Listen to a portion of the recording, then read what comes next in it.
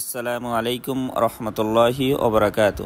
সম্মানীয় দিন দরদি ভাই বোনেরা, আশা করি আমরা সকলেই এই বৃষ্টি বর্ষার দিনে খুবই ভালো আছি। আল্লাহ তাআলা আমাদেরকে ভালো রেখেছেন, আলহামদুলিল্লাহ।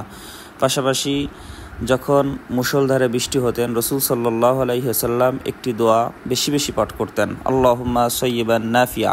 হে আল্লাহ, আপনি যে মুষলধারে বৃষ্টি দিচ্ছেন, এই বৃষ্টির মধ্যে আমাদের জন্য বরকত নাজিল করেন। এই হাদিসটি অধিকাংশ মুহাদ্দিসিন কিরাম তিনাদের কিতাবে এনেছেন। বিশেষ করে বুখারী শরীফের 1032 নম্বর হাদিসে রসুল সাল্লাল্লাহু আলাইহি ওয়াসাল্লাম বলেন, হাদিসটি আম্মাজান আয়েশা সিদ্দিকা রাদিয়াল্লাহু তাআলা আনহার থেকে বর্ণিত।